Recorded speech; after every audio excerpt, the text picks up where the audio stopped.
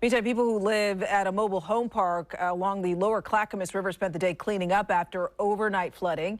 In some places, homeowners say that the water covered the road between the river and homes, reaching beneath foundations and submerging cars. Fox 12's Abby Davis has the story.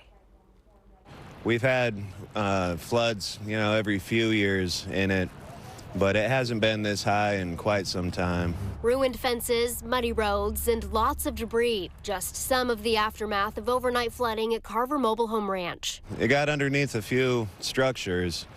Fortunately, no significant damage, but we lost a couple trees. Some neighbors, cars got submerged.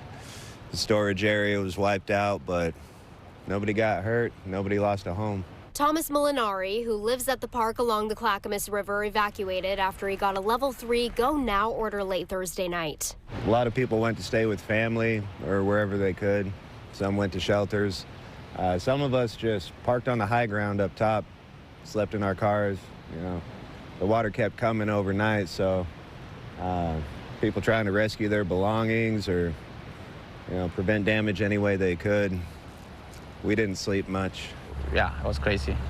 Big logs going down the river. People are back in their homes now, and water levels are receding. Higher than I'd like, but better than it was. But at one point, national weather data shows the river hit over 26 feet deep. It sits at around 13 feet normally. We were surprised at how fast it came up.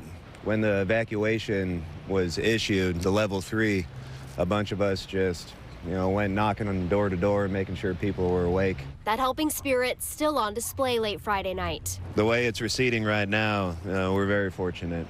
In Carver, Abby Davis, Fox 12 Oregon.